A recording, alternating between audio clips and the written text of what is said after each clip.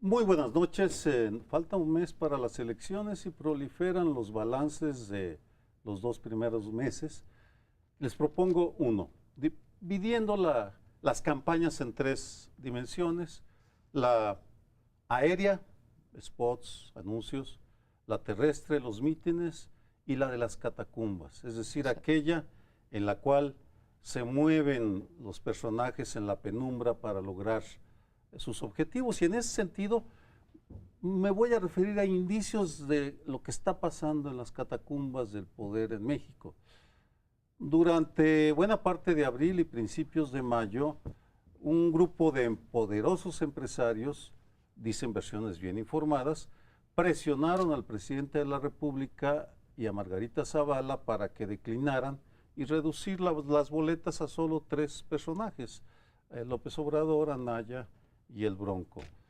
No tuvieron éxito y entonces el 3 de mayo sacan un desplegado, la poderosa Consejo Mexicano de Hombres de Negocios, Consejo Mexicano de Negocios, perdón. Sí. Quitaron los hombres por cuestiones de género. Fue el 3 de mayo. El 7 de mayo empezó la impresión de las boletas y a partir de ese momento, me dicen fuentes bien informadas, ya no hubo nada que hacer. Y entonces empezaron otras acciones que muestran cuán desesperados están los adversarios de López Obrador al ver que no se modifican las encuestas. Y aquí estarían tres indicios. El primero, la orden de aprehensión de Karine Macías, la esposa de Javier Duarte, que se entretenía cuando era multimillonaria libre, de llenar páginas diciendo me merezco la abundancia. Creo que eran cuartilla tras cuartilla. Salió en un momento que insinúa intenciones electorales. Luego la aprehensión de la esposa del Mencho, el poderoso jefe del cartel Jalisco Nueva Generación. Y después lo que Reforma nos está informando casi cada día de empresarios que lanzan mensajes crípticos a sus empleados, advirtiéndolos de los peligros del populismo, aprovechándose que el Instituto Nacional Electoral y la FEPADE tienen un serio problema de ceguera selectiva. No ven lo negro, solo ven las tonalidades rosas. Por tanto, no son capaces de ver la coacción ni la compra del voto. ¿Qué pasará? No lo sé, pero en todo caso, el último vez creo que vamos a ver movimientos en los 3 niveles de campañas. Yo en los 3 veo, bueno, en la campaña de aire, López Obrador va ganando con amplitud; en las campañas en general, terrestres, también va ganando con amplitud.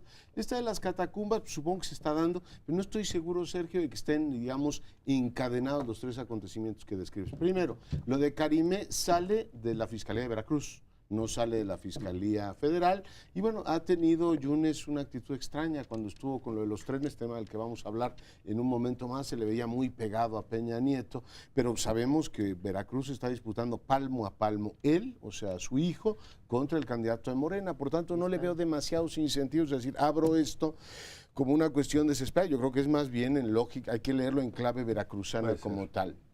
Lo del Mencho, a estas alturas yo no creo que le agregue, no sé si le podría agregar eventualmente a mí, responde mucho más al deterioro que ha tenido Jalisco. El otro día decía el candidato de Movimiento Ciudadano, estamos a 3 minutos de la ingobernabilidad en la entidad, atacaron a un fiscal que ahora es secretario de Trabajo, ha habido desaparecidos y la verdad el tipo estaba ya desafiando de una manera brutal, pues no solo la convivencia en el segundo estado más importante de este país, sino en términos generales ya la duda. Lo dijo el presidente, el jefe de la misión de observadores de la OEA, y lo dijo Kofi Annan estos días que estuvo aquí. Ya los niveles de violencia que traen son el principal riesgo, efectivamente, que tiene la democracia mexicana. Por tanto, siento que responde a eso. Y el que claramente le veo una lógica política es el de Nestora. O sea, es el primer, digamos, gol que mete la campaña de José Antonio Meade López Obrador. Es la primera vez en los 2 meses de campaña que traes a López Obrador justificando un argumento del PRI, porque si la señora es o no, digamos, idónea para ser electa por tanto, por lo que hizo, ahí sí veo la política claramente. El fiscal de Guerrero dijo, pues esta le pegamos, le vamos a sacar todo el jugo posible, pero de las otras dos no siento que estén incidiendo demasiado en la campaña. Además, a estas alturas, procesar a alguien, alguna familiar de un exgobernador, ya no le agrega demasiado al PRI. Ya hasta perdí la cuenta de la cantidad de gente que han procesado. Creo que tiene razón Leonardo, y sin embargo la tesis de la desesperación se mantiene, ¿no? Que es la tesis que nos plantea ahora en la mesa Sergio Aguayo. Si yo fuera del PRI o del PAN también estaría desesperada al ver que mis candidatos mantienen una encefalograma, ¿no? O sea, se quedan así o incluso ligeras bajadas, ¿sí? Entonces, bueno, yo también estaría desesperada. No agrega, en efecto, como no agregó el hecho de meter, por ejemplo, a Duarte a la cárcel. Uno hubiera pensado que no. O sea, que sí iba a mover la aguja de la preferencia electoral, porque dicen, miren, si hay voluntad de procesar a los corruptos, pero lejos de eso, lo que vino a reforzar es que el PRI está lleno de gobernantes corruptos. Entonces, pues no les jaló, pero claro, los seres humanos nos tropezamos una y otra vez con la misma piedra. La desesperación, sí la encuentro, la desesperación. Lo que me sorprende es la falta de resorte político, porque yo no sé ustedes, pero en las últimas 2 semanas, si quisiéramos platicar cosas muy concretas de las campañas que pudieran realmente mover, obviamente, de los perdedores un poco la aguja para que subieran, pero no lo encontramos. Hace rato platicábamos sobre los temas y pues no veíamos algo, salvo lo que dice Sergio de la desesperación. Yo no sé, pero yo no veo eventos que me hagan pensar que las tendencias electorales que nos demuestran las encuestas pudieran moverse. No lo movieron los debates, un debate desde mi punto de vista desastroso. No me tocó estar con ustedes, pero los escuché el lunes pasado, pero tampoco hay eventos que vengan en ese sentido. Pero las catacumbas me parece muy interesante, porque en efecto, en aire y en tierra, López Obrador pues va a años luz. Las catacumbas, decías tú hacia el final de tu intervención, involucra el dinero ilegal en las campañas. ¿Sí? Sí. Y creo que el dinero ilegal en las campañas, y lo digo en plural, en todas las campañas, yo les aseguro que para estos momentos ya rebasaron todos el tope de las campañas, y ahora no vamos a tener la excusa que tuvimos en el 2012 de que López Obrador sí lo había rebasado por aquello del prorrateo, porque ya no existe. Pero en un estudio que estamos por presentar, por cierto, mañana, que se llama Dinero bajo la mesa, el financiamiento y gasto ilegal en las campañas, pues hicimos ni más ni menos que el cálculo con base en las 15 gubernaturas que hubo en 2016 y 2017, ¿sí? Que por cada peso por encima de la mesa, o sea, que por cada peso que se entrega en dinero público legal, hay 15 pesos por debajo de la mesa, y que todo esto pues es un gran engaño, porque nos revisamos los topes de campaña y cuánto creen que dicen los gobernadores en promedio que se gastaron en sus campañas. 32%. Sí, claro. Dicen que eso es lo que se gastan. O sea, si te puedes gastar 299 como en el Estado de México o 4 millones nada más como en Quintana Roo, pues nada más se gastan el 32%. ¿Ustedes les creen? Porque yo no. Esas son las otras catacumbas. Las catacumbas. Hay un sitio en internet que dirige Jorge Cepeda Patterson, y él se pregunta, en lo que creo que es el último artículo que ha escrito ahí, viendo la enjundia de Meade, que sería, de acuerdo a lo que sugiere Sergio, que los empresarios le han de haber dicho al dueño del PRI, que es Peña Nieto, bueno, ya dejemos esto, bajémosle y vámonos con Anaya, que después de todo no hay mucha diferencia en proyectos, personalidad, etcétera. Pero estando esa, digamos, cantidad de hechos concretos de que la campaña del PRI no prende, sigue y sigue y sigue. Entonces viene la pregunta de Cepeda Patterson, que yo también me la he hecho desde hace tiempo. ¿Sabrá el candidato del PRI algo que nosotros no sabemos? Y detrás de esa aparente persistencia en una campaña perdedora, teniendo la posibilidad de lanzar el peso del PRI en favor de Anaya, no lo hace y persiste porque algo están pensando en esta última parte que va a darle la vuelta a esta situación de aparente ya tercer lugar y ponerlo en el primer lugar. Es una no en el pregunta. segundo, en el primero. En el primero, si no, no tiene sentido. No sé, pero creo que la desesperación es generalizada, porque pensemos por un momento, no es la presidencia ni el Congreso solamente lo que se está jugando, sino 9 gubernaturas y un buen número de cargos, todos con control de algo de presupuesto. Y los partidos y los grupos y las tribus necesitan presupuesto para alimentar a sus tribus, es decir, no pueden vivir sin el presupuesto público. Entonces, en el caso de Veracruz, creo que sí está desesperado porque hay un empate en la gubernatura, no en la presidencia, ahí ya va adelante en Veracruz López Obrador con mucho. En ese sentido, lo que yo diría es que estamos viendo señales de desesperación ante una oleada que alterará profundamente el sistema de partidos en México, porque los más afectados van a ser PAN, PRI y PRD. E imagínense un partido revolucionario institucional con muy poquitos cargos que repartir, pues normal que van a tener que trabajar, que buscar trabajo.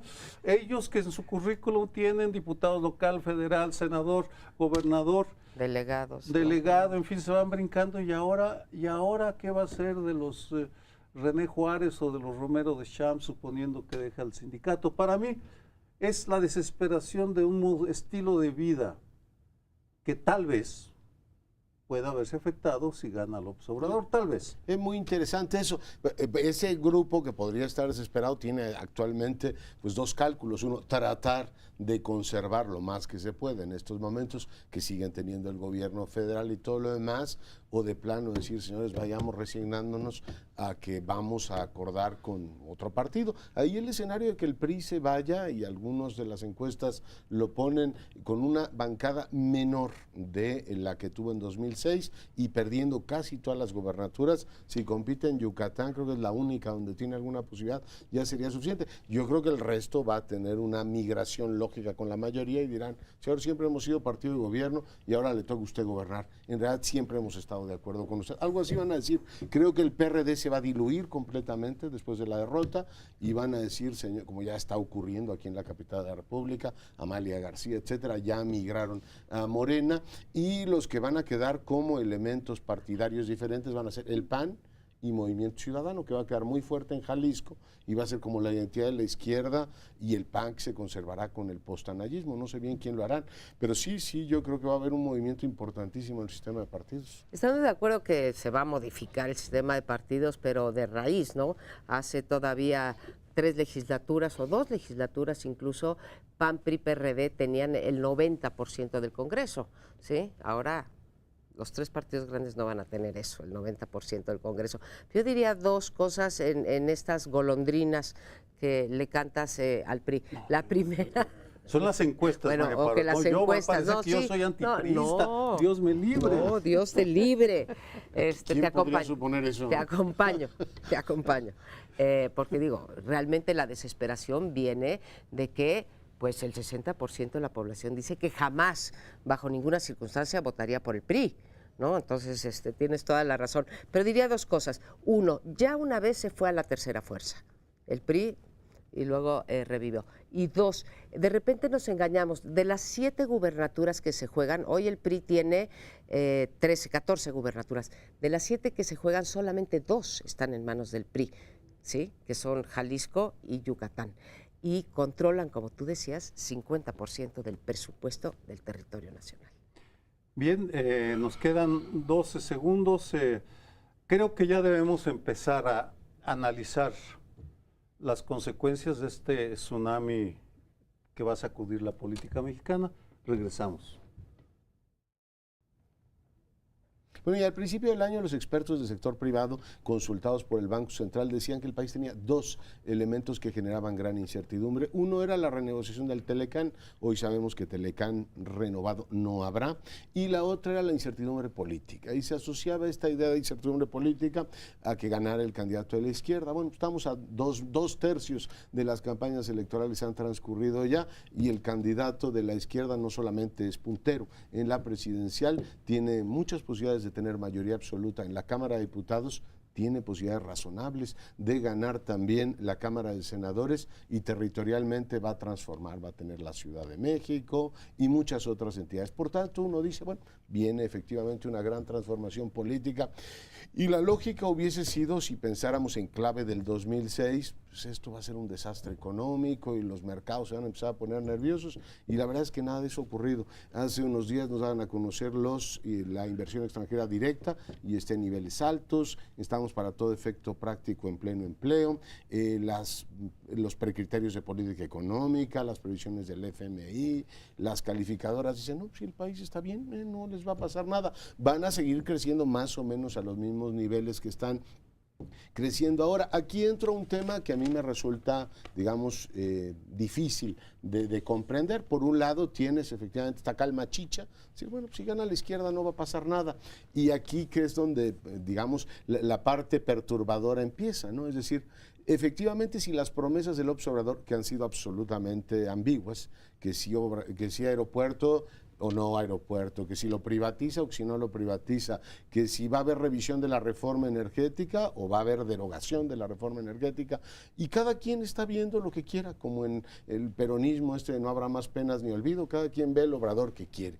Y la verdad es que uno se pregunta si esa estabilidad macroeconómica, que hoy está apostando por su triunfo político, se puede mantener si él dice, señores, atrás reforma energética. Yo imagino que sus bases le dirán, oiga, lo elegimos, entre otras cosas, para que cambiara el modelo económico. Por tanto, la paradoja que yo veo es, ni están asustados los mercados con un triunfo del tabasqueño, pero al mismo tiempo esto se convierte en la principal atadura, porque me lo imagino ya sentado presidente, decir, ¿empezamos a mover las variables económicas o no las empezamos a mover? Y si tú haces un cambio de modelo económico, pues pueden pasar muchas cosas, entre otras que la estabilidad macroeconómica se vaya. Por tanto, veo ahí dos paradojas.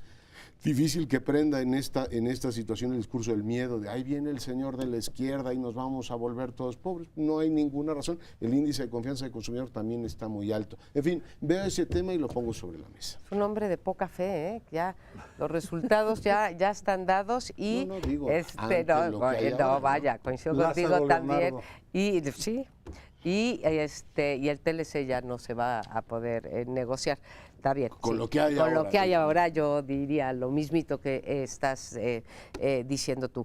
Ahora, yo creo que si miramos al mundo con personas que en algún momento dieron miedo, ¿sí? Lo que vemos, y el caso más cercano quizás sea el de Lula, ¿no?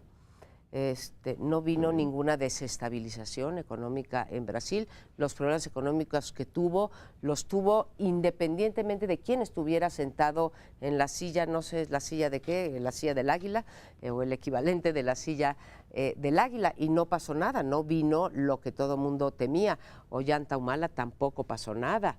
En ese caso, bueno, ya posteriormente sí, pero no sé si es la tesis de que el poder modera, o más bien, porque no lo sé en el caso de si fuera el triunfo de López Obrador, que por cierto, me da mucho gusto que no se estén moviendo, que parezcan no afectar los mercados. Habla de cierta madurez en este país el hecho de que no esté ocurriendo nada todavía a 30 días de la elección, con una diferencia con el segundo lugar, pues en promedio y siendo benévolos de 13%.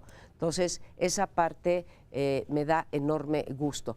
La segunda hipótesis es la otra, que pues la élite económica siempre se acomoda y siempre acaba ganando.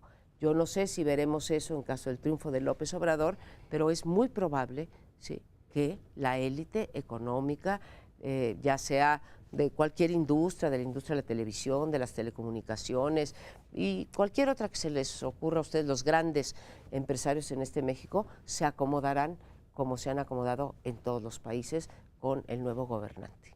Algunas veces sí se los lleva el viento. pensemos entre la revolución y el alemanismo, una parte de la antigua élite sí se fue, de la que venía del porfiriato, pero otra no. Pero otra, Se quedó más o menos enojada, nostálgica, pero se quedó. Me interesa esto que dijiste de Lula.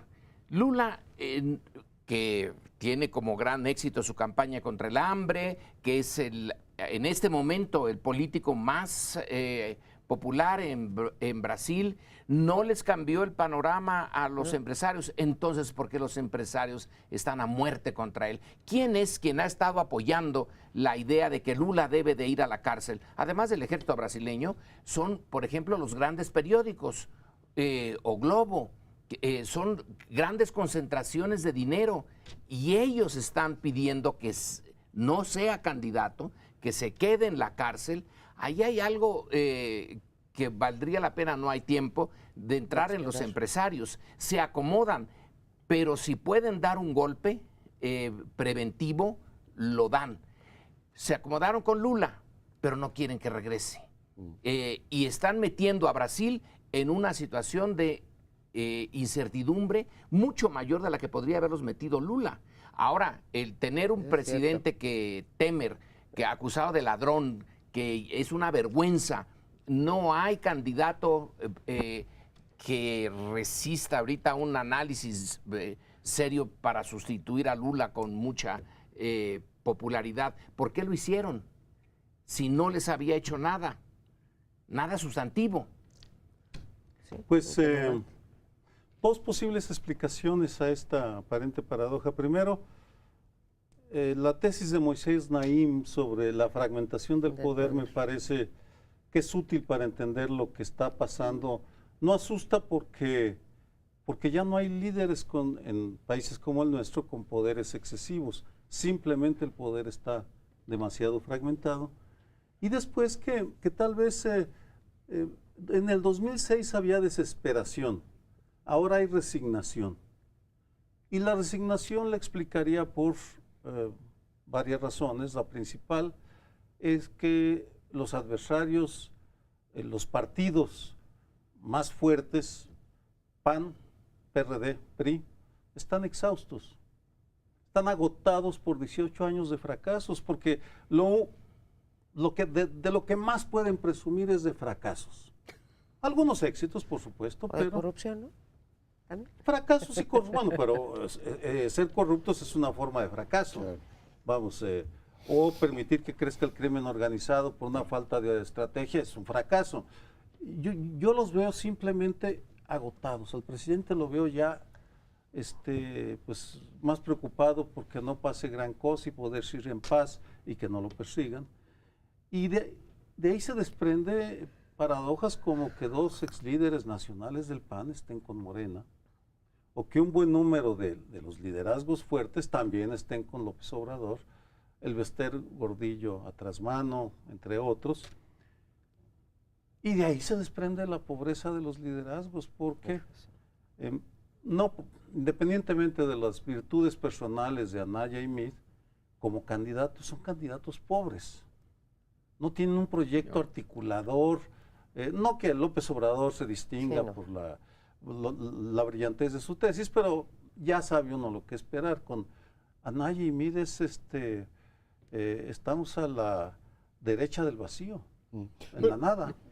Si hubiera que titular esta, digamos, aparente paradoja, diría, los mercados están votando por López Obrador, ¿no? Dicen, ¿sabe qué? Invertimos más, o sea, claramente, lo cual no me hace casar del todo con esta tesis de que los empresarios están diciendo a los empleados que no voten por López Obrador, como si efectivamente un empresario le pudiera decir a sus empleados por quién votar. Si lo dicen en ese momento van a votar por el CON. Las decisiones empresariales, la reinversión de los grandes capitales se ha dado y no hemos tenido fuga de capital. Los que están en condiciones de hacerlo dicen, Bueno, no está tan mal. 2 apuntes sobre Lula. Lo primero que hizo el primer Lula fue nombrar un vicepresidente económico, diciendo, no voy a gobernar yo, que esa es otra duda. Vamos a tener un López Obrador militante, un López Obrador técnico que diga, yo ya llegué, soy presidente, la cuarta transformación es que yo me ponga la banda y que los técnicos se hagan cargo de la economía. En 2006 dijo que iba a ser Agustín Carstens, ni más ni menos secretario de Hacienda. Entonces yo no sé si ahora, igual que Lula, el primer Lula dijo, vamos, la economía no la toquemos, está creciendo al 2 y piquito, es lo que sea, pero eso hay que mantenerlo. Con lo cual entro al punto que tú hablabas de las expectativas, toda la gente que está votando por él esperando, empezando por Cuauhtémoc Cárdenas, que dice que va a votar por quien modifique la legislación energética, pues va a decir, oiga, elegimos un señor exactamente en la tesis de Ollanta Humala. O sea, ¿por qué termina Ollanta Humala como terminó? Resulta que era usted el látigo del modelo económico anterior y mantuvo exactamente el mismo. Y te dicen, oiga, ¿cuál es el límite? Esto no es por López Obrador, en general las democracias de mercado tienen este límite, es decir, hasta dónde puede el poder político modificar las circunstancias. En América Latina tienes el caso de Rafael Correa, tienes el caso de Evo Morales, donde sí se han metido a la estructura económica, han nacionalizado partes. Yo la verdad es que eso lo veo como un dilema absolutamente fascinante. En algún momento, en algún momento Andrés Manuel hace años dijo, en un sexenio no se puede cambiar la economía y los intereses creados son fenomenales. Lo que se puede hacer es algo un tanto etéreo, darle al grueso de los mexicanos la sensación, la idea de que esta vez tienen un gobierno que es de ellos. Cuando se recupere la confianza de la sociedad en su autoridad, en su estructura institucional, en su gobierno, entonces podrán hacerse otros cambios. Pero lo primero es recuperar la idea de que ese golfo entre el gobierno y la sociedad se ha no desaparecido, pero ha disminuido lo suficiente para poderle permitir a otros, quizá en otro sexenio, entrarle a las grandes cambios, pero sabe muy bien que tiene enfrente a los Slims, a los Bailleres, a un montón de intereses durísimos. Pues no está loco como para entrarse contra ellos. Yo creo que esos Slims y esos Bailleres, por mencionar los que acabas de decir, pues trabajarán con quien se siente en la silla presidencial.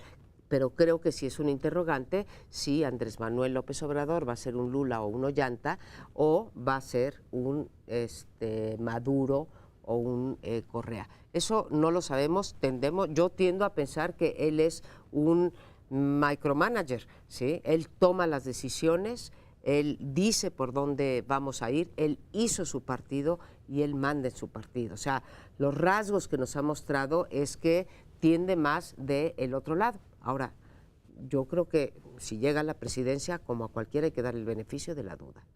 Un pronóstico, su radicalismo lo veremos en el sector de la minería, fundamentalmente. Pues ya lo veremos, es una de las cosas que en las próximas semanas seguirá todavía siendo objeto de análisis. Pausa, regresamos.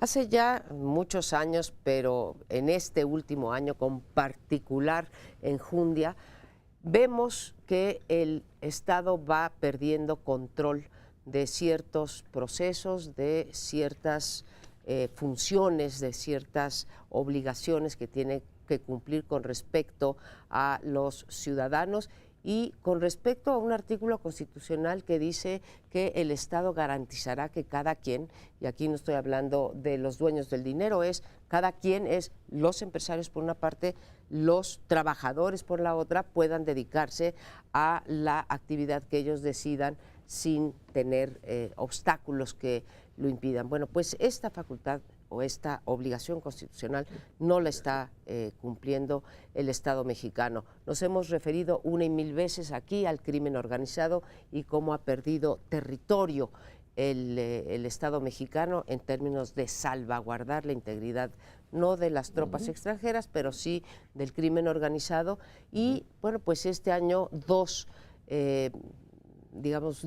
actividades industriales han sufrido particularmente esta falta de responsabilidad del Estado en la tarea de la seguridad, que es por un lado los gasoductos, o sea, el petróleo que se extrae, y por otro lado los trenes que conectan a bueno, deberían de conectar más al país, pero vaya, que transportan la mayor parte de las mercancías en este país, dígase grano, dígase automóviles, dígase productos químicos, se transportan. Y bueno, pues hay una mafia ahí del crimen que se encarga o bien de ordeñar a los ductos, o bien de descarrilar, o parar a los trenes para robar su mercancía a plena luz del día, sin castigo alguno, de forma tal que los empresarios, no digo en el caso de los gasoductos porque todavía está básicamente en manos del Estado, pero los empresarios tienen que gastar millones de dinero, en millones de pesos, 1.200 millones, el caso de Ferromex y de Ferrosur, para pagarse la seguridad privada y que puedan llevar a cabo sus actividades. Ya, es un desastre y te volaste la barda con ese título. Si se descarrila el tren o se descarrila el Estado, está descarrilado el Estado. Porque si tú dijeras, bueno, eso ha ocurrido, es el asalto al Oriente Express, dices, bueno, pues ocurre que de pronto tuviste un delincuente particularmente listo y te metió eso. No, es un sistema.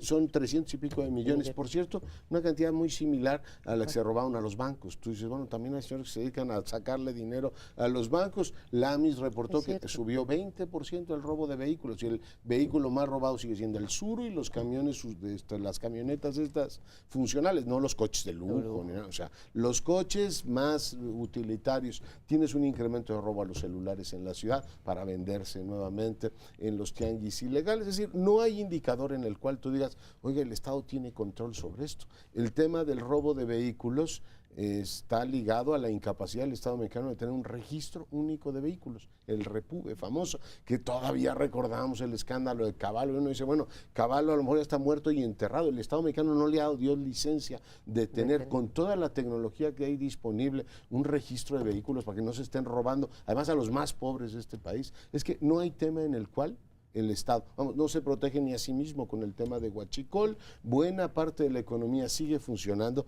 Es una parte que yo no veo en la mayor parte de los diagnósticos de los candidatos, un reconocimiento que una buena parte de la economía legal y legítima de este país está absolutamente enchapopotada de la economía delincuencial, porque nadie cree que la gasolina robada se vende en circuitos ajenos o en las catacumbas, se vende en la economía perfectamente legítima. En fin, descarrilado y mucho más que eso.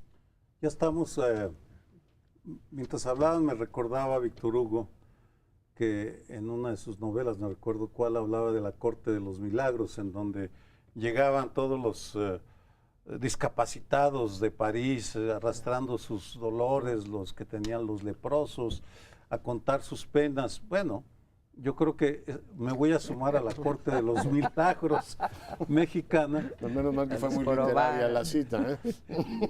Porque cuando uno ya pone al Estado como eje de la discusión, es lamentable el estado en que se encuentra a todos los niveles y en todos los aspectos. La semana pasada publiqué una columna en la cual documenté cómo el crimen organizado se está apropiando de las calles aledañas a Palacio Nacional. De hecho, lo están rodeando. Están entrando a controlar los ambulantes, los matan o los desaparecen o los intimidan, están extorsionando a los comerciantes. Y en marzo 7 comerciantes del centro histórico fueron con la Marina y les dijeron, vengan, intervengan, porque bueno, la Marina es de lo poco ya que se puede confiar por efectividad. El delegado de la Cuauhtémoc que envió una carta, porque la Marina le dijo, sí, pero necesito una carta de autoridad para intervenir.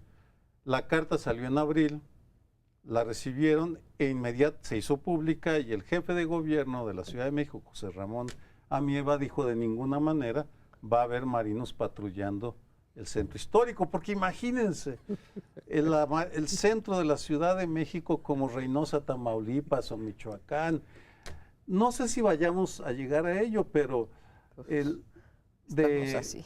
No pasa nada. Estamos así. Y la paradoja es que los candidatos están peleando por llegar a Palacio Nacional, que va a estar rodeado por el crimen organizado. Es realmente terrible la parálisis del Estado, porque aquí solo Esto. bastaría con que el jefe de gobierno de la Ciudad de México convocara a la Marina, al Ejército, Policía Federal y a la delegación para hacer un operativo. No pero- puede. ¿Por qué no puede? Pues políticamente esos dos partidos están diciendo no a la ley de seguridad interna. Entonces les van a decir, pues ¿sabe qué no? Usted gobierna, Morena gobierna Cuauhtémoc y la Ciudad de México la gobierna No, el PRD. pero Morena sí quiere. Morena está pidiendo la Pues, inter... pero ¿cómo pueden estar diciendo que no quiere ley de seguridad interior? Bueno, Bueno, hay contradicciones. otra tesis, y pues, que Contradicción. el Estado no existe, que no ha existido, que ¿alguien ha visto al Estado? Por ahí pasó el Estado, ahí lo vi el otro día. El Estado es una idea que más o menos funciona cuando las Como el alma. instituciones y el gobierno funcionan. Y cuando el gobierno y sus instituciones dejan de funcionar, entonces no existe el Estado, no funciona. El Estado es una entidad en donde la podemos casi ver y palpar si todo está bien. Y sí creemos, el Estado, esa gran caparazón que envuelve todo a la sociedad, a las instituciones, al territorio, etcétera. Cuando el gobierno, los que gobiernan y sus instituciones son incapaces de hacer el mínimo de sus responsabilidades, entonces el Estado empieza a difuminarse. En México es buena, a mí me parece que es buena la idea de preguntarnos si ha existido. En algunas etapas funcionan sus instituciones, las instituciones de este país, y entonces ya no nos preguntamos mucho por el Estado. Y cuando esas instituciones dejan de funcionar o funcionan como estas, entonces el Estado está yéndose por un tubo. Pero es que son las estructuras, no es el Estado, son estructuras concretitas. No funciona la presidencia, no funciona el sistema judicial, no funciona la Hacienda, no funcionan la protección a los ferrocarriles. El gobierno mexicano se deshizo de los ferrocarriles, dejó unos cuantos, y ahora ni esos pueden andar, y puso al autotransporte como la alternativa. Lo asaltan, entonces vuelven los ferrocarriles, pero ya no hay casi ferrocarriles. Y los pocos que hay, los asaltan como si estuviéramos en, ¿cuándo? Lejano En oeste. el lejano oeste. 1910, 15, 20, que era lo normal. Y la empresa privada buscando sus propios militares. Bueno, Sí. ese es el siglo XIX. Las grandes casas comerciales inglesas, norteamericanas, sobre todo las inglesas, contrataban su milicia y le pagaban a su milicia, y entonces más o menos estaban seguros. Y uno puede decir, es que no había Estado en el siglo XIX. Pues no, no hay Estado. Bueno, yo creo que exageramos. Sí hay, yo creo que está bastante descarrilado, como dijo, pero hay instituciones en este país que Hay funcionan. instituciones. Hay instituciones que funcionan. El conjunto. Ahora, cuando tú dices el gobierno, me incitas a decir, oye, estás muy centralista, Lorenzo, porque el gobierno no funciona. No, pues, a ver, en el ejemplo que estaba dando del artículo de la semana pasada, en un caso es la delegación Cuauhtémoc, que está gobernada por Morena, ¿no? En otro caso es Tamaulipas, que está gobernado por un panista, y en otro caso es cualquier otro Guerrero, estado, por un Guerrero, priista. por un priista, ¿no? Entonces, realmente sí tenemos ahí un problema, no del gobierno federal, no del PRI, no de Enrique Peña Nieto, sino un problema que permea a las Que conste estructuras. que yo no dije gobierno federal. No, dije pero tú dijiste el gobierno, ¿no? Sí. Pero para cuando uno dice el gobierno, no son los gobiernos, ¿no? Entonces tenemos un problema, así como decimos que la corrupción es sistémica, esto a lo que tú te refieres de que no están funcionando, pues son los gobiernos de todos los partidos, De y todos, realmente de todos. esa es la parte que a mí me preocupa, porque entonces sí no tenemos instituciones sólidas que te puedan aguantar cualquier embate de cualquiera, sea López Obrador, Mid o Anaya, el presidente. O sea, estamos muy desvalidos. O sea, no es Trump frente a las instituciones gringas, ¿sí? Perdón, estadounidenses. Eso. Ustedes disculpen, estadounidenses. Es cualquier presidente en México contra unas instituciones bastante débiles. Porque sí hay partes que son muy débiles. Por ejemplo, el Instituto Nacional de Migración, que me sigo preguntando para qué lo va a mover a Tijuana López Obrador, es el mismo órgano con el que va a tener que operar él y es un órgano absolutamente dañado. Y no lo digo yo, lo dice el padre Solalinde. Eso es un problema de calidad de las instituciones, muchas de ellas absolutamente, las policías, etcétera. Pero cuando tú le pierdes el terror reverencial al Estado, yo le voy a desbancar sus trenes, le voy a robar a sus bancos, le voy a quitar su gasolina. Estás hablando de una bestia diferente, estás hablando de una dinámica muy diferente. La pérdida del respeto, ¿qué término tan preciso? Le hemos perdido el respeto al Estado. Y no tenemos nada de que alegrarnos de que eso esté pasando. Nos vamos a un corte y volvemos con un último tema. O sea, pues bien, en este último bloque vamos a poner sobre la mesa una discusión que ya tuvo lugar entre los candidatos presidenciales, pero que viene a cuento porque hoy en un periódico nacional que ya tiene pues repercusiones internacionales, mundiales, que es el Washington Post, más o menos New York Times, Washington Post, viene un artículo en donde se subraya con mucho énfasis, yo diría que el término central es este: en México hay un vacío moral en relación a los indocumentados. México reclamó desde hace mucho tiempo, sigue reclamando y debe de seguir reclamando que sus trabajadores sin papeles en los Estados Unidos no sean tratados de la manera en que lo son ahora, más ahora que en un pasado no muy distante. Entre Obama y Trump han dado unos golpes durísimos a los grupos mexicanos que no tienen papeles. Y de paso, la idea de que los mexicanos en general no son bienvenidos en Estados Unidos. Pero ¿qué es lo que los mexicanos hacen en la frontera sur? Y entonces la tesis del artículo, James Frederickson, creo, o Frederick es el autor, pone de manifiesto: México quizá deseó hacerle el trabajo sucio a Trump de detener y detener con violencia y literalmente violando en algunos casos a los indocumentados, robándolos, tratándolos pésimo, devolviéndolos a Centroamérica. Creyó que haciéndole ese trabajo sucio iba a tener alguna recompensa. Él dice: no ha tenido nada. Trump no le ha dado nada a cambio. Y México está ahora teniendo que enfrentar ese problema de que tiene un vacío moral y no puede defender a sus indocumentados porque no defiende a los centroamericanos. ¿Qué les parece la tesis? Gran verdad, es una verdad de estas de Aquilo, y la verdad es que tiene bastantes años el tema sobre la mesa y no le encontramos solución. Eso de que los candidatos discutieron en Tijuana, yo no vi ninguna propuesta seria. Yo leí, por ejemplo, a Luis Herrera Lazo hace muchos años decir: México lo que debería ofrecer es libre tránsito a todos, es decir, aquí no se pide papeles para trabajar, y todo aquello que decimos que debería ocurrir en el norte se los deberíamos dar a los centroamericanos, pero no se los damos, y no se los damos por dos razones. Uno, porque hay un sector muy amplio de la población que dice: no, primero los mexicanos y ya después todo lo demás. Toda la solidaridad latinoamericana está muy bien para los discursos, pero en la realidad no. Y la segunda es que el drama, Lorenzo, y retomamos el tema de las capacidades del Estado, de los centroamericanos entrando a México, es una especie de viaje al infierno. Lo han documentado 1000 veces con La Bestia, Solalinde, Flor María Rigoni, todas las organizaciones que han tratado eso. Pasar por México es un auténtico calvario.